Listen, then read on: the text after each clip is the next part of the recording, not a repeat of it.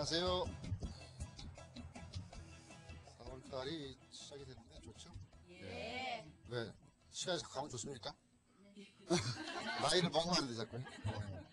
자, 하여튼, 이게 젊었을 때는 확 시간을 나이 더 먹으려고 막 하잖아요. 거의 높여보려고. 이게 줄여버리려고 그래요. 줄여서. 올해 갈수록 그걸 내려가요. 자, 요즘에 시간이 어떻게 지나가냐 모를 정도로 막 쏘는 화살같이 지나가요. 자, 4월달. 앞으로 좋은 일이 많이 있을 것 같습니다. 제가 매번 할 적마다 꼭 중간에 풍수를 꼭 넣었어요. 저번 주 안 넣었다고 또 항의가 오시던 것 같아요. 왜 하던 짓을 안 하냐.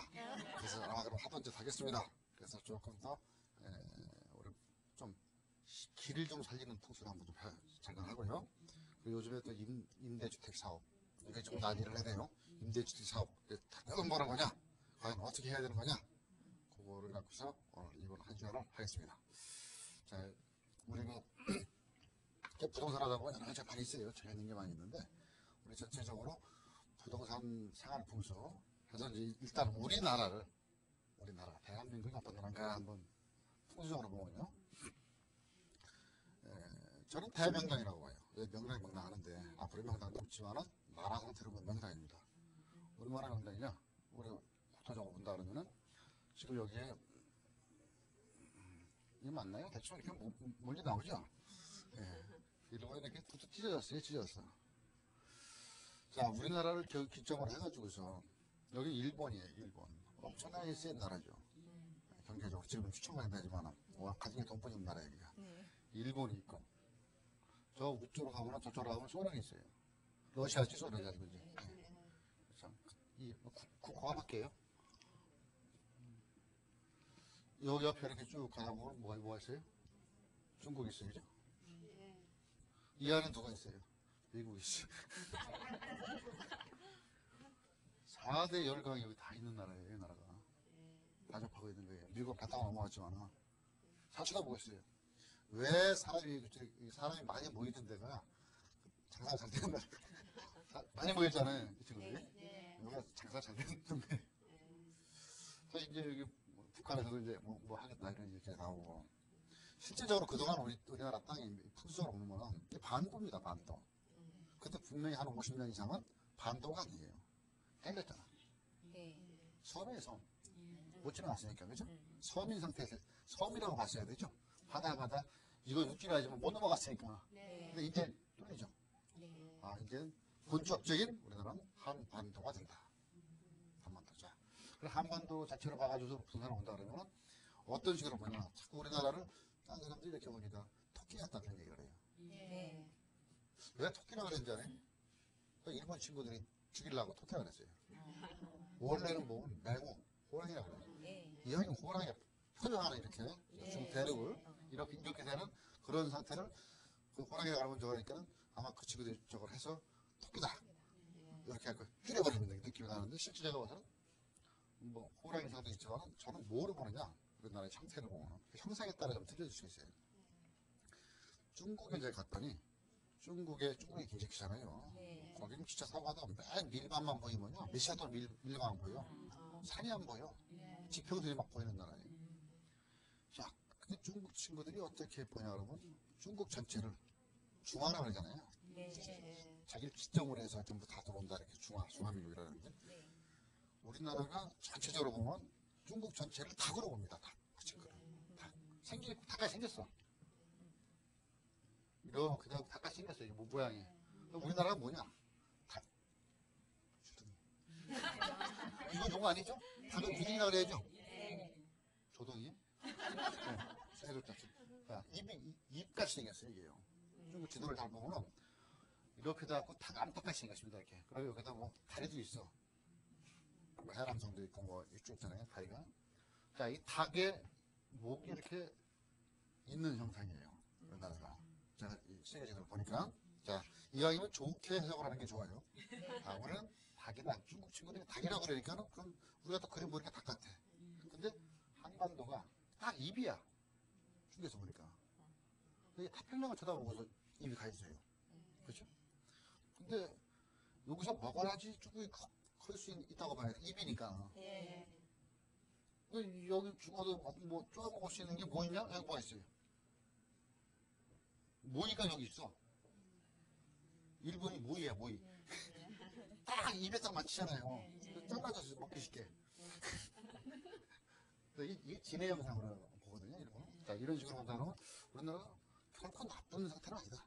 상당히 비좁았다. 근데 중국의 수도가 어디예요? 북경이죠. 북경이 어디냐 그러면 여기 있어요. 닭목입니다. 이게 닭목. 닭 생기게 목이에요. 제일 신만에 쓰는 데거든요. 그래서 추운데 거기다가 수도를 만들었다 하더라고. 예. 닭이 북경이라고 해요, 북경. 그게 목이 계속 목을 쪼아 먹을 때 목 힘든. 그래서 중국 친구들은 날개를 좋아하고 신만에 쓰는 걸 안 좋아해요. 목 계속 여기 명당이라고 요거 나타나더라고. 그러더라고요, 하니까. 근데 네가 아무리 좋아보면 내가 안 먹으면 소없어. 그래서 이렇게 좀 우리나라 상당히 호랑이로도 비유도 되지만 우리나라 땅이 이제 제대로 된 만도가 돼가지고서 풍수적으로 본다면 엄청나게 커졌을 뿐이 없나. 이제 새롭게 꼭씩 필 수 있는 그런 형국이라 할 수 있습니다. 그래서 우리나라 자체를 봤을 때 남들이 그러는데 스스로도 이게 왜 지금 뭐 소련 러시아에서 와가지고 시베리아 황남철도를 만들어 주겠다. 푸틴이 와서 난리 냈죠. 자기 도움을 되겠다. 경기선 지금 개통되니까는 이번 뭐 지금 좀 시간은 더 걸린다지만 어쨌든 간에 지금 공사를 하고 있잖아요. 이쪽에서는 통과되면 이게 어마어마한 길입니다. 저 영국까지 가요. 영국까지. 베트남까지 내려가고 이 대륙을 연결시키는 상태인데 그래서 이제 본격적으로 우리나라 대명당이라는 소리가 나올 수밖에 없다. 본격적으로 보면 실질적으로 세계 열강이 다 있는 데는 여기밖에 없어요. 전 세계적으로 손가락 딱 4개 꼽으면 딱 이 친구들 4개 딱 꼽잖아요. 그게 다 있잖아요. 무조건 대통령이 되든 뭐든 왔다 가잖아. 우리도 가지만. 자, 그래서 우리 좀 기분을 좀 갖고 풍수적으로 우리나라 땅이 전체적으로 본다면 이제 기가 살아 올라올 수 있는 땅이 될 수 있다. 우리나라에서 토끼라고 그러지 말이에요. 제가 말하는 닭불이라고 해도 괜찮아요. 먹을 수 있는 그런 땅이다. 그리고 또 사계절이 이렇게 환연이 되어 있는 나라가 드물어요. 추나추도 추울 때는 엄청나게 춥고 더울 때는 엄청나게 덥고 사우나 갈 것도 없고 나이트 들어갈 것도 없어요. 그죠? 추나추동 다 있는 나라. 땅 자체가 기가 대륙에서 꽝 치면은 태백산맥을 갖고서 백두대간이라고 그러죠. 이 심지가 딱 못 차고 나가서 이 심. 우리나라 자체를 좀 남들 같이 좀 좋은 상태를 좀 바라볼 수 있는 그런 상태라고 봅니다. 제가 그래서 오늘 다시 한번 재조명하고 솔직히 풍수 얘기하면요 자기 생각한 대로 얘기하면 돼요. 뭘 누가 알아요, 그렇죠? 그래도 답을 맞는 거예요, 그죠? 근데 실제 이야기는 좋게 해야지. 왜 뭐 토끼 같은 게 뭐지 그래. 실질적으로 여권은 대단한 여권을 갖고 있습니다. 이번에 영종도 신공항 개통됐죠? 네. 제가 한번 가봤어요. 근데 돈을 많이 받더라고요. 6,100원씩 받더라고요. 갔다 오니까는 12,200원이야. 통행료가. 없잖아요. 엄청나게 크더라고요. 그래서 그 영종도 신공항도 이 기점에서 어마어마한 힘이 될 수 있는 돈 엄청나게 갖다 못 지만 많이 와야 돼. 비행기가 많이 날라오고 여기 거쳐면 날아가든지 뭐 이쪽 튀어오든지 그냥 할 수 있는 그런 나라다. 자, 우리나라는 좋은 나라다. 자유명당이다. 예. 자, 그래서 풍수에서 볼 때는 뭐냐면 형상으로 많이 따집니다. 형상. 뭐 시골에 가보면 어떤 산에 쌍태산이라고 그래요. 쌍둥이 산에 있는 동네에서는 뭐 애들 나면 전부 쌍둥이만 난다며. 그게 이해가 안 되죠. 근데 그 형태 또 그 산이 생긴 게 칼라같이 생겼으면 거기 맨 칼자리만 나온다며. 공개 칼이니까. 그래서 붓같이 생긴 거 뭐 문필봉이라 그래요. 붓 꺾고 생긴 거 거기 문장가만 나온대. 하여튼 알게 모르게 그게 나오는지 안 나오는지 모르겠지만 어쨌건 주변의 형상을 보고서 사람이 동화가 될 수 있다. 그래서 여러분들이 이런 풍수를 나라적으로 얘기했지만 집에서도 뭐가 딱 걸어놓을 때도 보는 거를 내가 좋은 쪽으로 볼 수 있게끔 시장을 하는 겁니다.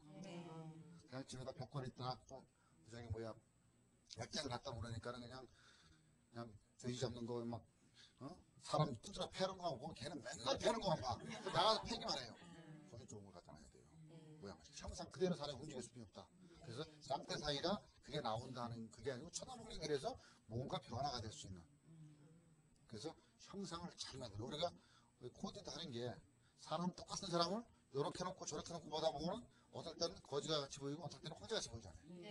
그러니까 그런 코드는 집에서도 보는 거에 따라 틀리다. 이것도 생각한 것 따라 우리나라가 진짜 아 이거 우리나라 끝났어요 보다 좋다 좋다 좋다 하면 전체적인 4.700만이 좋아지면 좋아지는 거예요. 아주 벌써 간단하죠? 근데 기분이 좋죠? 우리나라 세계에서 1등 국가가 될 수 있다. 머리 좋잖아요. 우리나라 사람들이 딴 건 몰라도 머리는 엄청 좋아요. 잔머리가 좋아요. 잔머리를 펴달려. 이게 이제 뭐 제가 외국 많이 다녀봐 보시겠지만 외국 가고 뭐 필리핀 뭐 이런 친구들 뭐 물건 몇 개 사고서 100불 주면 계산을 못해. 아 20불짜리 30불짜리 샀으면 50불 바로 줘야 되잖아요. 그러면 소요 20불 플러스 30불 50 빼기 100 이거는 50 승질나서 못 받아.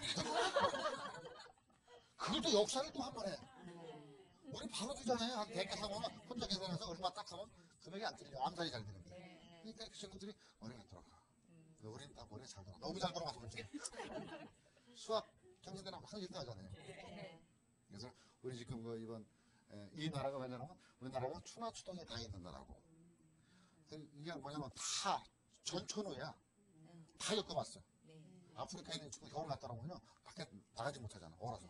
우리는 나가든 뭐하든 거기에 적응됐으니까는 전천후다. 4계절 다 돌아다녔어요. 체질적으로. 그러니까 자동차도 추나추동 다 팔아먹잖아요.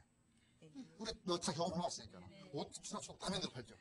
적도에 있는 친구들은 지네가 반팔이라도 여기 못 만들어. 렌트를 못 입어봤어. 우리 다 입어봤으니까 만들어 다 팔아. 그래서 되는 겁니다. 네, 그렇죠? 우리나라 좋은 나라. 자 이제 이렇게 기가 좀 살죠. 이렇게 일본 같이 일본 얼마 전에 또 보니까 그 지진 나고 난리 났대요. 근데 거기 지진이 6.4라든가 그게 나는데 2명뿐이 안 죽었다며? 대단한 겁니다. 6.3 엄청 강진인데 내진 설계를 엄청나게 잘했다는 소리예요. 그러니까 만약에 우리나라에 그런 게 올 수가 없겠죠. 만약에 왔다 그러면 우리 아빠 다 주장죠. 그죠? 근데 우리나라 지진도 없는 나라. 다 좋아. 만약에 한 6점 서울에 터지면 난리 납니다. 근데 뭐 지진에 완전히 없는 나라는 아니라고 그냥 불안해요. 그래서 앞으로 집 질 때는 잘 줘야 돼. 내진 설계까지 해서. 벽돌 대충 잤다가는 한 5만 지진 강도 5만 나오면 다 흔들어지면 다 부러져. 그래서 철골로 만드는 게 내진 설계 되는 거거든요. 좀 더 들어가더라도 혹시 모르니까 집은 좀 잘 줘야 되겠다. 대신 우리나라는 지진이 큰 거는 없는 나라다. 자 이제 요즘에 한참 그 바람 부는 게 뭐 이거 또 나오는 얘기지만 수익 돈을 벌 수 있는 투자 재테크 측면에서 부동산을 자꾸 부각이 됩니다. 근데 지금 막 금리가 막 이렇게 한두 끗씩 떨어지니까는 실질 금리가 0%래요. 뭐 물가 상승을 빼고 못 빼고 하면 없대. 그건 찾아 나가는 게 내가 알 수 있게 쉽게 나갈 수 있는 무슨 상품이 있느냐. 임대주택 사업.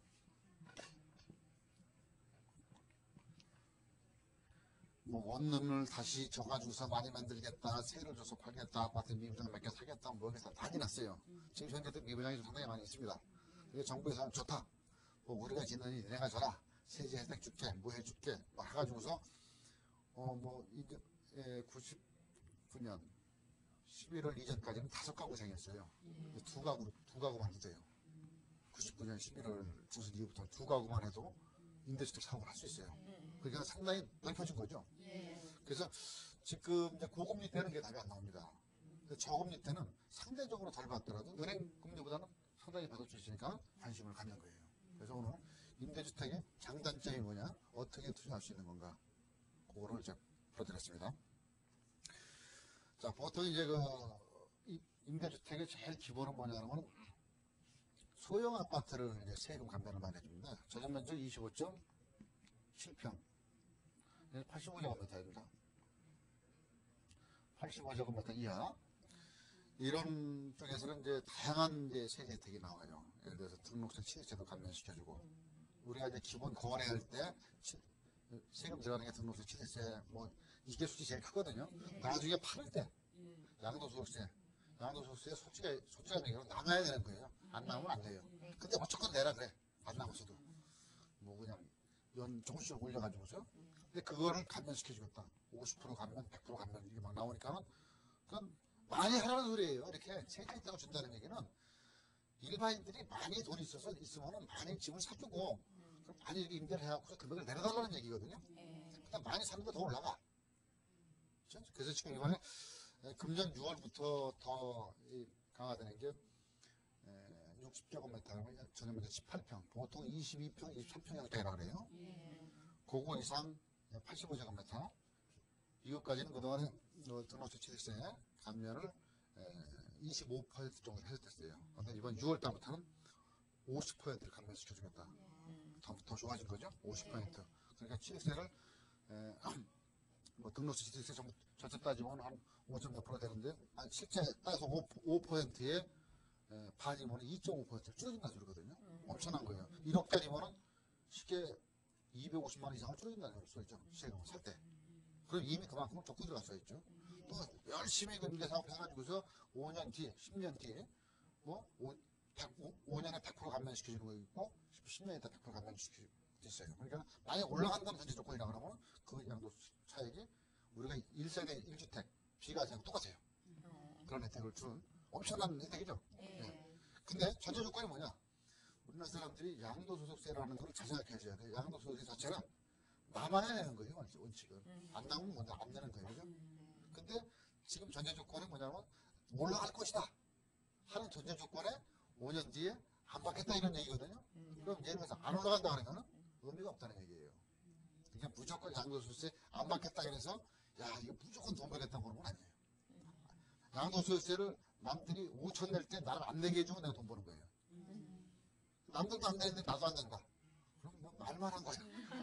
그러니까 그것도 어떻게 보면 지금같이 이렇게 안정돼서 나가다 보면은 양도 차익이 안 나올 수도 있다는 겁니다.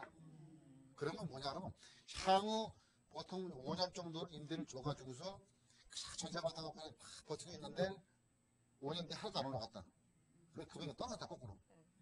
그럼 받은 거 놓고 늘 투자가 손해볼 수도 있죠. 그러니까 그런 반대적인 역할도 있다. 자꾸 좋은 쪽만 보지 마라.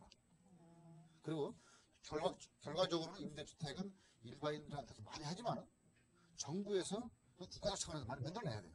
저리로 경쟁이 안 될 수도 있어요. 그렇죠? 우리 뭐 일반 뭐 시청자분들이 뭐 한두 개 이렇게 사가지고서 한 두 개 정도 사가지고서 버티는데 저기서는 만 가구를 저같이 임대를 해버려요. 여기는 예를 들어서 한 달에 50만 원 받는 저기는 25만 원 받는데 그러면 우리 내려야 될 거 아닙니까? 그런 것도 있다. 우리가 재벌이 아니에요. 그러니까 그렇기 때문에 어떻게 보면 더 신중을 기해야 된다는 거예요. 임대주택 사업이. 앞으로는 국가적으로는 정책적으로 임대주택 사업을 임대주택을 많이 만들어낼 수밖에 없어요. 주관적으로 해서 많이 만든다는 얘기는 수익이 줄어들 수 있다는 소리예요. 자, 처음부터 고춧가루라 그러죠, 부터 뿌리는 게 아니고 자 이런 것들이 있다. 그것도 자꾸 임대주택 이제 지금 막 전세 금액이 올라가니까 정부에서 임대주택 많이 사라 해가지고서 융자 혜택도 상당히 많이 줘요. 임대주택 하겠다 그러면은 뭐 보통 1인당 얼마 전에 6천만 원까지 줬는데 이제 2억까지 주겠다. 2억까지. 근데 2억까지 이자를 안 바꿔주면 되는데 이자를 바꿔줘요. 그러니까 이자를 낸다는 거예요. 지금 조금 줄여서 주죠. 5.5% 정도로 내려준다. 6월 달부터예요. 낮춰준다. 지금 현재 7% 되는 거. 그러니까 최대한 많이 미분양 사가지고 임대 하면서 그런 걸 완화시켜라 이 얘기입니다. 그러니까 대신 2억을 뭐 은행도 꽂은다고 아무리 싸더라도 꽂아서 수입이 안 나오면 이자 내가 내야 돼. 네. 이렇게. 그래서 이전에 5호 이상을 2호 이상으로 줄였다는 거. 자, 이제 구체적으로 들어가겠습니다. 임대주택 세금 감면시켜주는 게 지방세라고 있어요. 지방세 국세가 있거든요. 예, 60제곱미터 이하, 60제곱미터 이하는 저는 먼저 18평 이하입니다. 18평 이하, 60제곱미터. 요새는 자꾸 이걸로 쓰라 그래요. 18평이라고 보는데, 요거 이하는 지금 취득세 등록세를 100% 면제시켜줘요. 이건 지금도 그래요. 100% 면제. 이제 신규 그냥 앞으로 중에 새로 산 것들을 새 아파트, 미분양 아파트, 신축 아파트를 사서 했을 때 기존에 내가 5년 전에 갖고 있는 거 갖고서 면제달라고 하면 안 되죠. 그거 가지고 있는 거니까. 그러니까 기존에 새로 사는 것들은 100% 면제. 대단한 겁니다. 100% 면제는.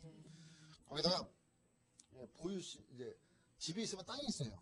그 지금 다 합산을 합니다. 종합토지세를. 분리과세를 해주고요. 그러니까 이거 현재는 분리과세에서 1000분의 3 정도로 분리과세를 시켜준다 그러니까는 사업용이니까는 좀 많이 분류하고, 또 전세 금액으로 받는 거는 소득을 안 봐서 전세가 받는 거는 안 봐주겠다. 전세를 받는 거는. 걔는 전세 2억을 받았는데 그거 1년에 8%에 16% 벌었지 2년 동안. 그건 내가 나 그러면은 뭐 전세를 받으면 수익이 없을 텐데, 그렇죠? 그런 것들에 문제가 있고, 60에서 85제곱미터, 전용면 18평에서 25.7평까지는 지금 현재는 감면이 25% 감면이었어요. 근데 앞으로는 아까 말씀드린 것 같이 50% 감면을 시켜준다. 등록세 취득세. 굉장히 세죠? 그리고 분리과세를 시켜주겠다. 토지도 0.3%. 내가 이 집 갖고 있고 저 땅 갖고 다 합쳤습니다. 지금까지 종합토지세로 줄여주겠다. 그래서 하여튼 이거만 하더라도 기본적인 상태에서 뭐 1억짜리면 한 3, 400만 원 이상을 적고 들어가는 거예요. 미리. 그러니까 그거 쉽게 좀 할 수 있는. 그리고 여기에 쫓아나오면 뭐 교육세도 자동적으로 같이 줄어들죠. 세금 나올 수 있는 게. 또 이제 국세가 있어요. 국세. 이건 지방 지자체에서 받는 거고, 지금 말씀드린 거는 등록세 취득세 같은 거는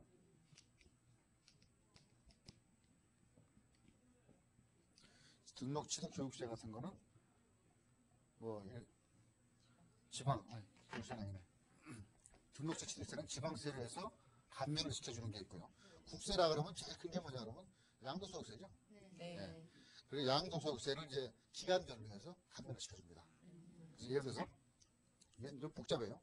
86년 1월 1일 이후.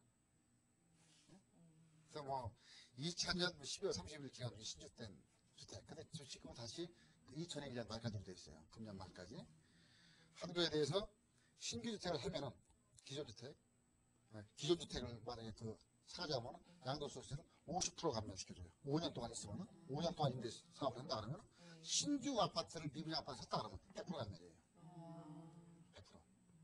그리고 기존 주택도 10년을 임대주택 사업을 계속 한다 그러면 100% 감면이에요.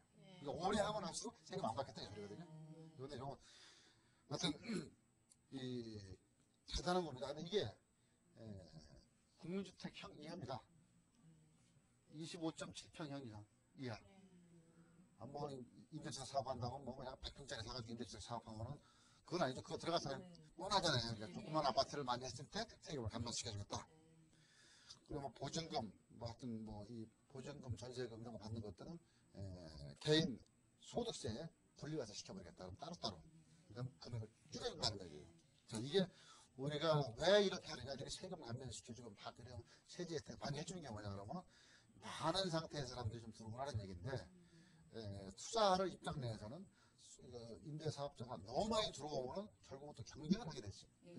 그래서 지금 현재 상황에서는 많이 좀 들어와라. 저번 주에 보니까 이번 주에 10,000명 정도가 된대요. 지금 임대주택 사업자가. 10,000명 정도면 최하 2가구 이상이죠. 일반 개인이라는 게. 2가구 이상이면 2만 개, 3만 채 정도가 지금 하고 있는 거죠. 앞으로 더 많이 좀 해라. 그래서 임대주택 사업이 저는 그렇습니다. 이거를 이런 전제를 놓고서 임대주택 사업을 하면 안 돼요. 예를 들어서 양도소득세나 감면을 받을 것이다. 그걸 전제로 해서 임대주택 사업을 한다 그러면은 저는 수익이 안 나올 수도 있어요. 제일 중요한 게 임대주택 할 수 있는 방법이, 기본적으로 임대주택 사업은 임대가 잘 돼야 돼. 그러면 수익이 많아져야 돼. 그렇죠?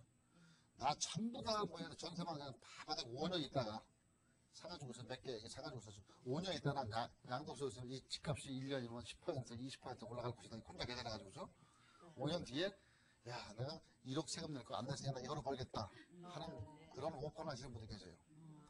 갈수록 주택 이건 안정화되어 있어요. 지금 금액이 안정화되어 있는 상태이기 때문에 크게 올라갈 수 있는 거는 없다는 얘기예요.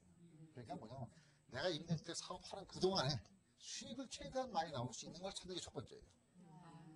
근데 상당 부분은 돈 묻어두는 거야. 5년 뒤에 양도세 때문에. 양도세 저 같으면 냈으면 좋겠어. 벌어야 되죠. 그렇죠? 안 벌었는데 뭘 내요. 그죠? 양도세 냈으면 좋은 거예요. 많이 낼수록 많이 벌었다는 소리인데. 근데 우리 괜히 벌지도 못하고 안 낸다 그러니까 가는 거예요. 그래서 요즘에도 뭐 양도세 없애다 소리도 나오잖아요. 의미가 없는 얘기거든. 근데 그걸 갖고 사람들은 좀 하도 한 20년 살던 거 세금 내는 거를 많이 내봤으니까 엄청나게 세금 버는 줄 알아요. 그래서 자, 요 임대주 사업은 아무나 할 수 있어요. 대한민국 사람이면. 이제 뭐 이게 두 가지가 있어요. 임대주 사업이 내가 직접 집을 져가지고서 건설 임대주택이라는 게 있어요. 내가 직접 집을 뭐 다세대가 뭐 져가지고서 그러니까 뭐 임대로서 먹고 살겠다. 그것도 다세대 같은 거 지면은 따로따로 등기가 나오잖아요. 다가구는 하나지만은 그거 나오는 거 내가 져가지고 내가 임대 해주겠다. 그건 건설 임대주택이라고 해요. 본인이 져서 자기가 임대하는 것. 그것도 똑같은 혜택을 받아요. 보통 우리 일반인 분들이 할 수 있는 거는 사서 하는 거예요. 그죠? 이게 매입 임대주택이라고 그래요. 사서. 지금부터 얘기하는 건 사서 하는 걸 말씀드리는 겁니다. 자, 그거는 매입할 때 계약서, 분양 계약서 체결된 거 이런 걸 다 서로 갖고서 임대주택 사업하는 절차입니다. 시군구청에 주택가에다가 나 이거 있으니까 임대사업자 등록을 시킨 거예요. 그러면 그쪽에도 가르쳐줘요. 어떻게 서로가 증거가 있어야 돼. 그게 나중에 세금 혜택을 받는 거거든요. 그래서 일반 사업자 등록은 이제 거주지 자기 거주지 내에서 구청 등록에서 20일 일반 사업자를 내야 되는데 그게 임대주택 하려면 집이 있어야 할 거 아닙니까? 지금 계약금 걸었다가 2년 뒤에 할 거 미리 할 건 없죠. 그 기간을 이제 어느 정도 입주할 때 완전 받았을 때 미부장 같은 거 바로 할 수 있는 거고 그때 구청 등록부터 20일 내에 일반 사업자 등록을 해야 돼요. 그래야지 세금 감면 혜택도 받고 임대주택 사업자라는 게 딱 나오거든요. 그리고 이제 그 소재지에서 입주 이제 하기 전에 이제 취득금마다 감면 신청을 그거 이제 하고 나서 신청을 하면은 등록 자체를 감면 시켜줘. 거기에 맞게끔 20.7평이냐, 18점 이하냐, 60.5m 이하냐 이런 거에 따라서 금액을 줄여줄 수 있는. 그러니까 쉽게 해서 구청에다가 하고 나머지 세무서에다 신고할 수 있는 두 가지거든요. 그러니까 뭐냐면 그걸 신고를 해야지 임대주택 사업자가 돼. 신고 않고 내가 그냥 5년 동안 했는데 내가 혼자 했는데 감면을 시켜줘. 등록 신청을 하고 사업자 등록 내고 거기에 조건이 많아요. 몇 가지가 있어요. 나 얼마 받겠다. 이거 써서 내야 돼. 너무 많이 받지 말라고. 얼마 받겠다. 월세를 받겠다. 근데 요즘 가짜가 많이 쓰더라고요. 그렇게 하면 안 되는 거예요, 원래가.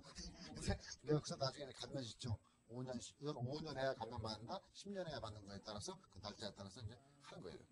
그래서 같은 임대주택 사업자가 앞으로 지금 마땅한 투자 가치가 없다 그러면 사람들이 많이 갈 수뿐이 없는 그런 사회거든요. 임대주택, 그러니까 임대주택 고르는 게 어떻게 고르느냐. 그래서 제일 첫 번째 이제 고를 수 있는 게 그 10개명 같은 게 있어요. 그래서 제가 항상 10개명을 많이 쓰는데 임대주택 고르는 방법은 1차적으로 임대가 잘 나갈 수 있는 지역을 골라야 되겠죠. 다 하는 거죠, 그냥. 자, 산꼭대기 혼자 있는 집 사가지고 임대하려고 그러면 저금주택 사업도 임대하기 힘들어요. 사람이 쉽게 사람이 많이 모일 수 있는데 그리고 역세권, 서울에 다 역세권이지만 얼마나 가까워서 좋죠, 그냥. 임대 사는 사람들이 쉽게 나갈 수 있는 그런 환경을 만들고 그래서 싸야 돼요. 두 번째는 싸야 돼. 살 때 금액이 싸야 되죠. 금액을 양껏 주고 사면은 그만큼 손해날 거 아닙니까? 인근 주변에 있는 아파트라든지 그런 주택이라든지 이런 거에 대해 비교해가지고서 금액이 싸냐 안 싸냐 그걸 더 주고 사면 안 되겠죠? 비교를 철저히 하셔야 되고 그 다음에 임대 수요가 지속적으로 나올 수 있는 데인가, 이게 월세가 잘 나가는 데인가, 전세가 잘 나가는 데인가, 이것도 고르셔야 돼요. 큰 평수 같은 거는 그런 한정된 외국인 임대주택 사업 같은 거는 그건 큰 거를 해야 되지만 일반 우리가 모르는 상태 소형 임대주택 같은 거는 실제적으로 진짜 수요자가 계속 있지 않으면 공실 생기면 골치 아파요. 공실 생기면은. 그래서 그런 수요자가 충분히 있는 그런 지역으로 해야 되고요. 또 주변 교통이라든지 주변 환경이 수시로 변합니다. 어느 순간에 지하철이 하나 더 뚫리기도 하고 또 길이 갑자기 우회로 해서 딴 데로 가기도 하고 막 그런 상태가 있거든요. 그런 것들을 사는 지역에 시군 구청에 가면은 다 가르쳐 줍니다. 저는 앞으로 이 돈 어떻게 밝힐 거예요? 누구예요? 민원이에요? 그러면 다 가르쳐 줘 무조건. 민원이 최고예요. 왜? 이제 주식을 감추는 게 아니라 알고 있는 정보를 오픈시켜야 돼요. 법도 있어요. 근데 그건 큰 투기가 아니니까 앞으로 어떻게 할 것이다. 만들 수 있는 거를 보셔야 되고.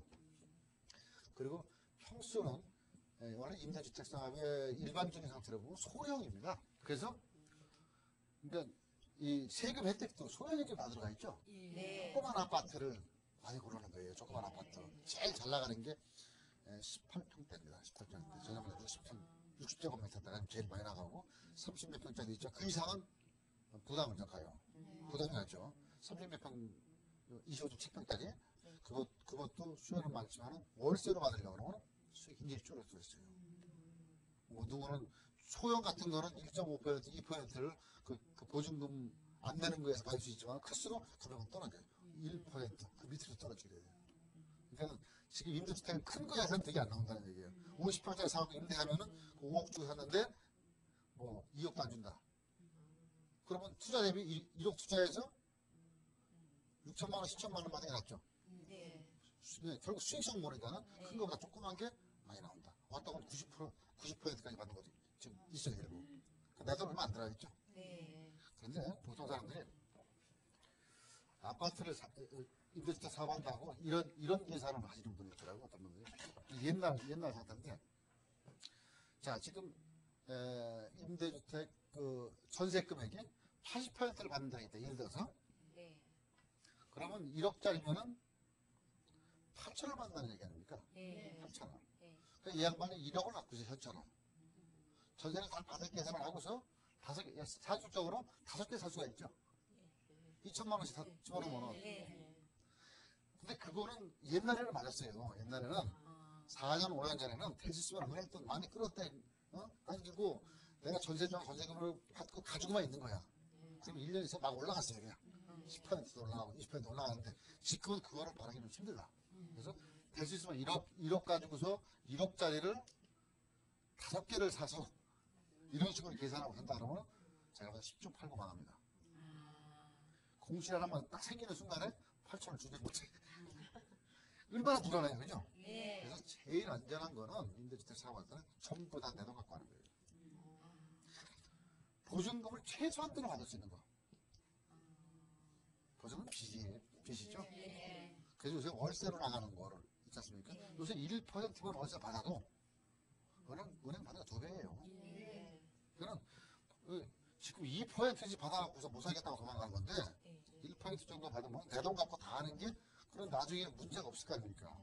돈을 꿔가지고서 야, 내가 2천만 원 투자하면 돼, 2천만 원 투자하면 해서 어떤 사람은 6개, 7개 사는 사람도 있더라고요. 나중에 보면 꼭 걸려요. 임대가 안 나가는 게 계속. 그때 준다니까 6천도 안 나가. 그리고 이제 나머지 채워내야 되잖아요. 그리고 또 이 주택이라는 임대주택 사업은 뭐냐면 그 주택을 그냥 한번 세를 주면 5년 동안 그냥 지가 알아서 하는 게 아니에요. 관리할 의무가 있어요. 수선할 의무가 있어요. 그죠? 벽지 같은 거 안 해주더라도 오늘 보일러가 터졌다든지 뭐가 막혔다. 큰 하자가 생기면 주인이 고쳐줘야 돼요. 그러니까 계속 비용 들어간다는 얘기예요. 전세금만 받고서 있는다는 얘기는 아니죠. 계속 비용이 들어간다. 그래서 공기이 막혔다 그러면 뚫어가고도 가야 돼. 심심해서 가야 돼. 뚫어줘야 되죠.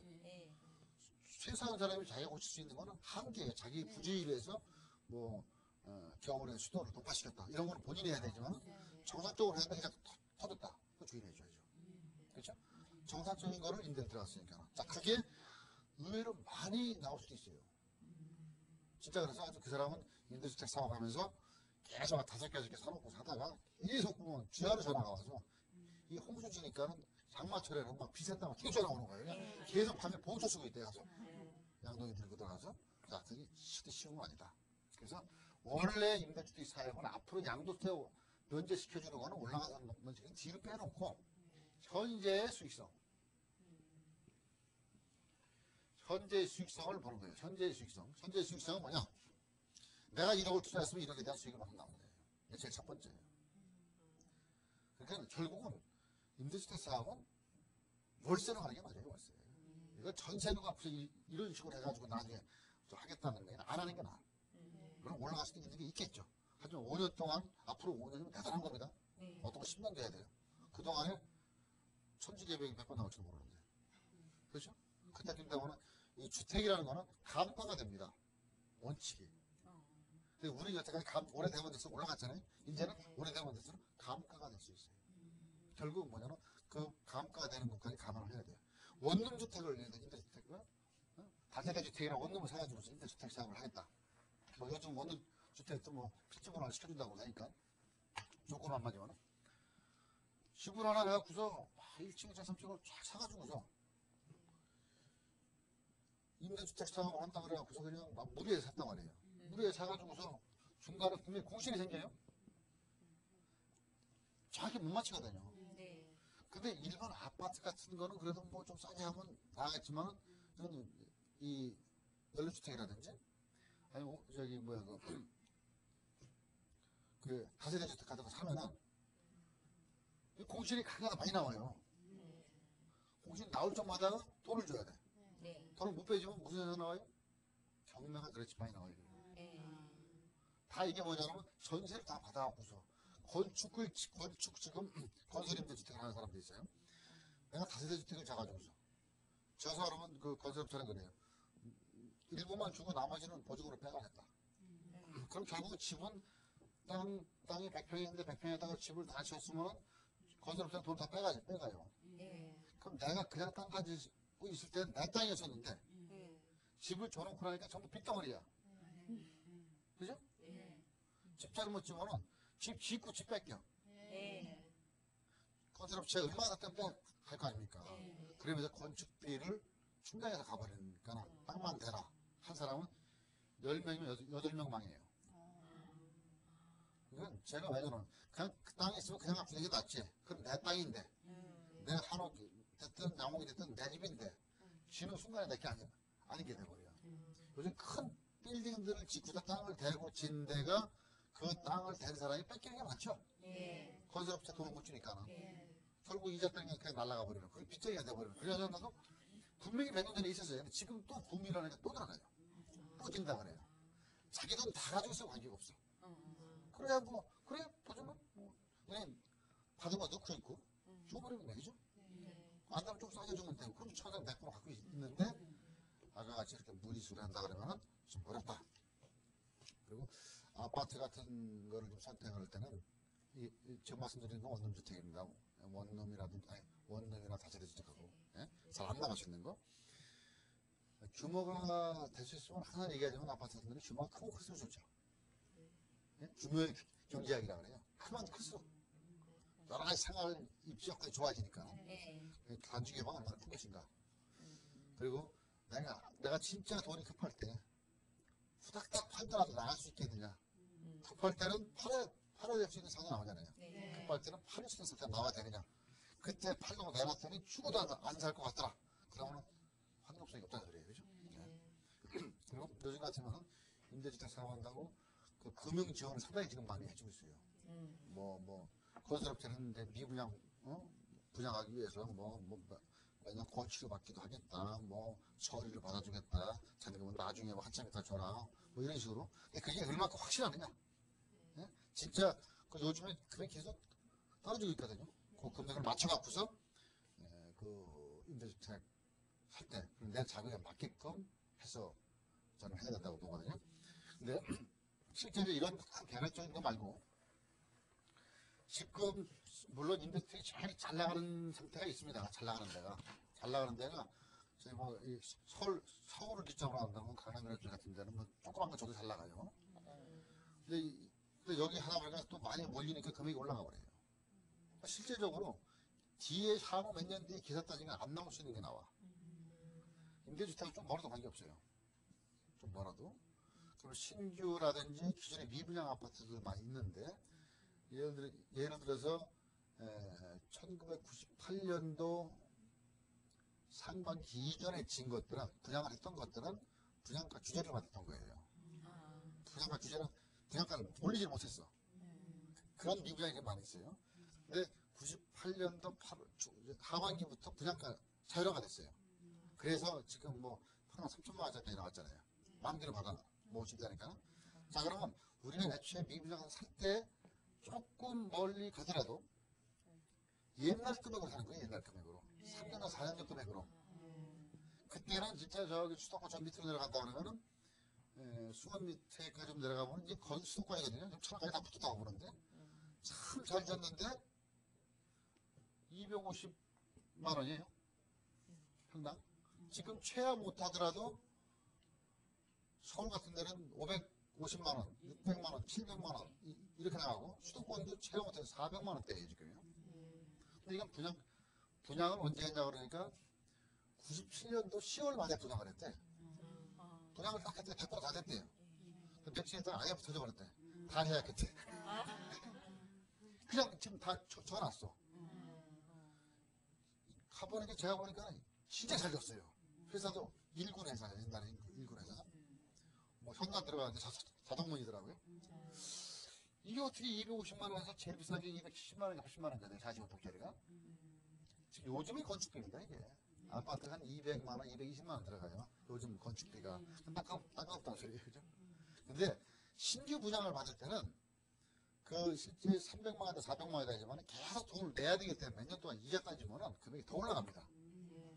이거는 97년도에 분양했던 걸 그때 샀다 그러면은 그때 산 사람 손해봤겠죠 지금 그죠? 이자 계산 따지고 못 따지고 근데 지금도 그 금액이야. 그 늦게 사는 게 그죠? 상당히 많이 배어있더라고. 제가 금방 올라갈 것 같아. 야 이런 거 조금 남들 쫓아간다고 뭐 강남인이 어디 쫓아가면 다 정력이 올라가 버려. 그러면 실질적으로 남는 수익이 없어요. 어느 순간에 경제가 또 쭉 빠져버리면 쭉 내려간다는 소리예요. 한번 미끄럼 타면은 망하는 거예요 바로 그냥. 바로 정면으로 나오죠. 아까 그런 식으로 해갖고 차입해가지고서 다했던 상태라 그러면 그래서 조금 중장기로 좀 보고 임대 상태로 본다 그러면 조금 미분양된 것들도 꼭 서울만 따지게 좀 필요가 없다. 좀 확산시켜가지고서 돌아다니고 보면 진짜 아까 같이는 그 분양가 자율화 이전의 금액 나올 수 있는 것도 실제적으로 23평짜리 보니까 23평이면 전에만 18평이거든요. 이거 보니까 6,200만 원이 되더라고요. 근데 4천만 원인가 융자를 해준대. 그러면 2,500만 원이면 들어가 하루. 왜 서울에서 5천만 원 갖고 아까 어떤 분이 뭐 5천만 원 갖고 고사갖고 처갓집으로 갔다는 얘기 들었는데요. 자, 여기 보니까는 방이 3개야. 화장실이 2개야. 아니, 있는 건 다 있더라고요. 자, 이런 것들이 상당히 많이 있다. 주변에. 조금 더 보면. 그러면 내가 살 거 아니고 앞으로 금액이 올라갈 수 있는 거라면 5년이면 엄청나게 개발수가 많아져요. 붙어버린단 말이에요, 그때까지. 자, 그런 양도 차액을 생각한다 그러면 그렇게 보시는 게 나아요. 여기 지금 현재 서울에 이쪽에서 맥시멈 다 올라간 금액을 두고서 하다가 거의 정점이라고 봐야 돼요 지금 현재. 서울 쪽에서 만약에 임대주택 사업을 한다 그러면은 살려고 그러면은 뭐 600만 원, 700만 원, 막 800만 원씩 평당 달라 그러는데 그걸 사가지고서 따로 나중에 굴곡이 내려갈 수 있다는 상태라면 지금까지 받은 건 다 무효라는 얘기예요. 그러니까 제일 바닥에 있던 거 이건 올라갈 수 있는 게 맞죠. 그래서 이쪽에 있는 거를 임대주택은 그쪽 수요대시장에 그런 쪽을 좀 골라보는 게 저는 좀 권해드리고 싶어요. 지금 자꾸 좋은데 물론 잘 나가는 데 있지만 거기도 뭐 보니까 뭐 저작금액이 한 4천만 원 안 되니까 그래서 막 쉽게 얘기해서 6,500만 원 정도 되는 거를 아까 같이 무리하게 한다 그러면 전세를 다 주고 한다고 생각한다 그러면은 얼마냐 2,500이면 집 하나 시작해요. 그죠? 2,500이면 집 하나 떨어져 그냥. 자, 집 몇 개야? 5개. 1억 2,500이죠? 1억 2천만 5개. 근데 그런 거는 나중에 분양가가 제대로만 된다 그러면은 분양가가 현실 분양가로 오더라도 벌써 100몇십만 원대 올라가는 거예요. 요게 재테크예요. 네. 남들 다 주고 사는 거는 계속 올라가는 전제조건이 안 나온다는 얘기죠. 네. 자, 그래서 임대주택 사업은 조금 멀리 사람을 요새 저희 지방이라도 제가 봐서는 뭐한 모산 평택까지 이제 서해안 고속도로 같은 데 쭉 되면은 그쪽 지역에서는 거의 서울이라고 봐야 돼요. 서울 올라오는 게 한 뭐 물론 뭐 수원 이쪽에 사는 사람들은 뭐 아주 주택은 거예요 그냥. 그런 지역 쪽도 우리가 보면은 임대주택 사업을 어쨌든 간에 이건 중요한 보는 거 아닙니까? 한 5년 정도 이상을 모아서 5년 정도 동안에 올라갈 수 있는 데가 어딘가? 제일 많이 올라갈 수 있는 데는 제일 싼 데더라. 제일 싼 데다. 그래서 조금 널치게 보고서 임대주택 사업을 하는 것도 하나의 방법이다 이렇게 제가 말씀드리고요. 자, 그리고 또 어떤 분이 한번 이런 질문을 저한테 하더라고요. 분양권을 사면은 왜 분양권 좀 거래가 되죠?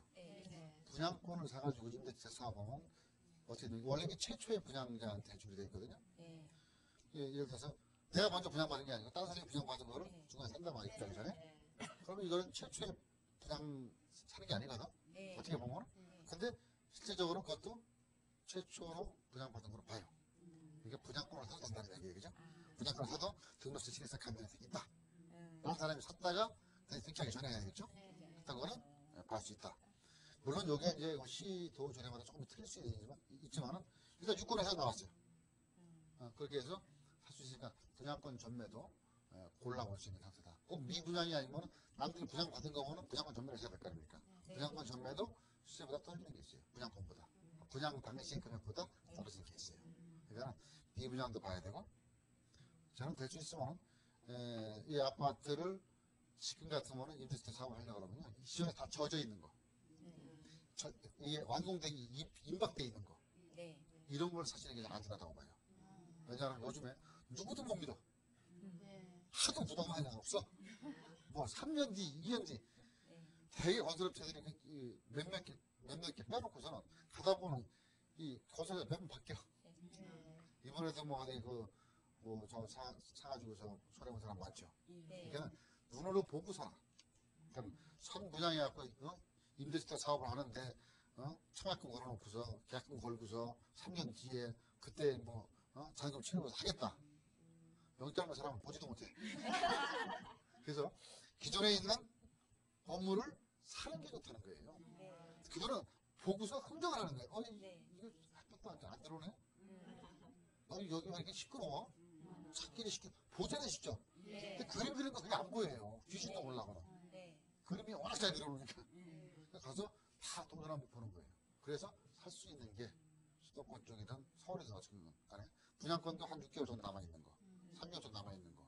입주가 임박되는 거는 부도가 안 난다는 얘기 아니에요. 한 10몇 %, 땅을 파놓고 부도난 게 많아요. 그 땅만 쳐다보고 가서 맨날. 누가 줘요? 그래서 이제 사람은 내 돈 가지고서, 내 돈 가지고 무리하지 않게 가서 골라서 사면은 수정할 수 있어요. 근데 무작정 그냥 지금 요즘 신문 방송에 나오는 건 임대주택 내 돈 번다. 그냥 사람이 막연하게 임대주택이 무조건 돈 버는 줄 아나. 그건 아니에요. 조건이지. 내 돈 가지고서 내가 확인을 하고 그다음 미래 장래까지 예측을 하고 볼 수 있는 상태 임대주택 사이면은 투자 가치가 있습니다. 분명히. 그리고 수도권이 워낙 빨리 확산이 돼요 지금요. 좀 있으면 이제 그 성역까지 고속철도도 되고 뭐 지금 고속도로가 다 생기는데 수도권의 자체가 지금 용원하고 수원까지 했던 게 자꾸 넓어져요. 중간중간에 자랐지만 한 5년이면 또 지니까 똑같아져 버려요. 그죠? 그러니까 이렇게 길이 어떻게 되고 보는 것에 따라서 좀 널찍하게 한 2억, 3억 정도, 2, 3억 정도 이렇게 요즘 퇴직금 받고 마당 계신 분들 많아요. 그분들은 일단 수익을 올려야 되니까 그분들한테는 월세가 낫죠. 네? 월세가. 근데 월세를 너무 많이 받으면 들어올 사이에 못 들어와요. 월세를 적정한 금액, 뭐 한 가구당 한 무리 없이 낼 수 있는 게 2, 30만 원 넘어버리면 못 냅니다. 솔직히. 월급 200만 원, 예를 들어 200만 원 받는 상태를 지금 중산층이라고 그러는데 200만 원 갖고 살기 힘들어요 지금. 애들 한 고등학생 하나 있으면요 한 달에 200 들어간대. 나 유학을 왜 가자 그랬더니 이것 때문에 유학 가자는구나. 여기가 더 싸대요. 여기 가면은. 그 여기다가 한계 있죠. 받는 한계. 그래서 절대 월세를 많이 받는다거나 전체를 다 월세 받아 들어올 사람이 하나 없어요. 그러니까 한 2, 30만 원 정도. 이게 한계예요. 20만 원, 30만 원 정도. 이 정도를 받을 수 있는 금액으로 그게 소형 아파트 들어가야 되겠죠. 그런 정도를 해가지고서 월세를 받으면 예를 들어서 5개다. 5개면 벌써 한 3, 50, 150만 원. 짭짤하죠? 야, 그러면 서로 무리가 없어요. 나머지는 전세 부정으로 받고. 그러니까 누구는 많이 받는 게 좋다고 지금 부동산 업소에서도 막 부추기도 그러는데 받을 수 있는 만큼을 줘야지 움직여줍니다. 그래서 저기 닭이 계란 날 때 매일 가서 하루씩 깨먹는 게 낫지 한꺼번에 온다 폭제하면 없잖아. 그러니까 한꺼번에 먹는 건 아니다. 조금 줘야지. 거기도 움직일 수 있는 정도의 금액, 이 정도 금액이 한계예요 제가 봐서는. 물론 어디 돈 많은 사람들이 뭐 100만 원 낸다 200만 원 낸다 그러지만 몇 달 내다 말아. 그럼 몇 달 있으면 그거 받을 계산했다가 5달 했다가 하나도 못 받는 거예요. 그래서 적정한 금액 소액을 해서 한달이면 생활비 어느 정도 저 정도면은 예를 들어서 한 2억 정도 3억 정도면 한 이건 나와요. 이 정도에서 한 4개든 5개든 금액이 나오거든요. 그렇게 해서 안전하게 할 수 있는 상태 방법론으로 들어가 놨다. 결국은 금리는 자꾸 내려가기 때문에 그 보증금 월세 한계는 자꾸 내려갈 수밖에 없어요. 금액이 조금씩. 그래서 우리가 임대주택 사업에서 떼돈번다. 옛말에 이런 말이 있습니다. 해먹을 거 없으면 월세 받아먹고 살라 그랬죠. 그게 용서세죠. 그걸 잘 이해를 해야 돼. 내가 못하니까는 이족한 게 아니고 그만큼 신경을 많이 쓴다는 소리예요. 그렇죠? 선생님 뭐는 누구도 안 먹는다고 똑같은 얘기예요. 그래서 이게 절대 그냥 앉아서 임대주택 돈이 쭉 들어오는 건 아니다. 내가 엄청나게 계속 사고하게 계속 들어가야 돼. 그것까지 감안해가지고서 그 수저 분석에 내가 수저된 금액에 나올 수 있는 건가를 보셔야 됩니다.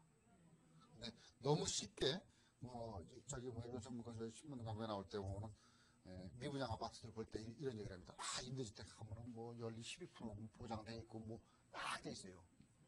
그 친구들은 임대주택 사업하고 팔면은 기본이 100주 이상 사니까 많이 팔잖아요. 그러니까 이거 다 12% 남는다, 15% 남는다, 이게 다 거짓말이에요. 처음에 거기 봐줄 수 있는 한계가 있거든요. 그래서 임대주택 사업에 하여튼 제가 봐서는 어느 정도의 수익률은 보장받을 수 있지만 무조건 그렇게 황금알을 낳는 것은 아니다. 그리고 어느 순간이라도 목표는 있다. 정부라든지 기관이라든지 큰 기업에서 다량으로 져갖고서 임대주택 사업을 같이 원래 끼어들어오게 좀 돼 있어요. 그렇게 들어와 버리면 민초들이 하는 거는 어느 순간 집합될 수도 있다는 얘기입니다. 그래서 잘 고르셔야 돼요, 진짜. 무작정해갖고 임대주택 사업한다고 해서 막 그냥 아파트 미분양 있는 거 이거 이렇게 껴가지고서 가져와. 이렇게 해버리면 나중에 세입자는 안 들어오고 혼자 이제 거기 나중에 산데 가서 1시간에 한 번씩 돌아야 돼. 잠잘 때라도 여기서 1시간 자고 여기서 1시간 자고 써야 되잖아요. 사람이 안 들어오는 거. 그래서 그렇게 될 수 있는 상태는 좀 피해서 나갔으면 좋겠다는 생각이고요. 이제 주의점을 제가 좀 정리를 시켜드렸습니다. 임대주택 사업에. 임대주택 사업에 제일 유리한 거는 아파트예요. 어쨌건 손쉬운 아파트. 연립이라든지 그것도 공동주택이지만은 좀 오래된 거는 아니다. 될 수 있으면 임대주택을 한다 그러면 이게 많이 확산되기 시작하면 일반 사람들은 세입자들이 많아지잖아요. 그럼 어떤 현상이 벌어지냐 그러면 될 수 있으면 새 집으로 가려고 그래. 그죠? 그러면은 한 5년, 10년 되면은 좀 금액이 떨어질 수 있다는 소리예요. 중고라는 얘기죠. 그래서 될 수 있으면은 기존 임대주택 다 되는 사는 것보다 새 아파트를 사고 조그만 것들을 살 수 있는 게 5년, 10년 이상을 해야 되기 때문에 앞으로 수리비라든지 자동차가 한 2년, 3년 타면 계속 수리를 해야 되잖아요. 그 비용이 보일러 갈아달라고 하면 한 번 하면 300만 원, 500만 원 들어가요. 1년에 100만 원 받는데 예를 들어 300만 원 집어넣으면 망하는 거 아닙니까? 그리고 이건 임대주택 제일 기본적인 거 적은 게 임대주택 된다. 소형 아파트. 아주 적을수록 좋아요. 10발짜리도 좋아요. 조금만 적을수록 손쉽게 나간다는 얘기예요. 크면 클수록 예를 들어서 한 가족이 30평대면은 가족이 한 적어도 4명이 쫓아오잖아요. 거기 이미 상한비가 엄청나게 들어가고 있어요. 그죠?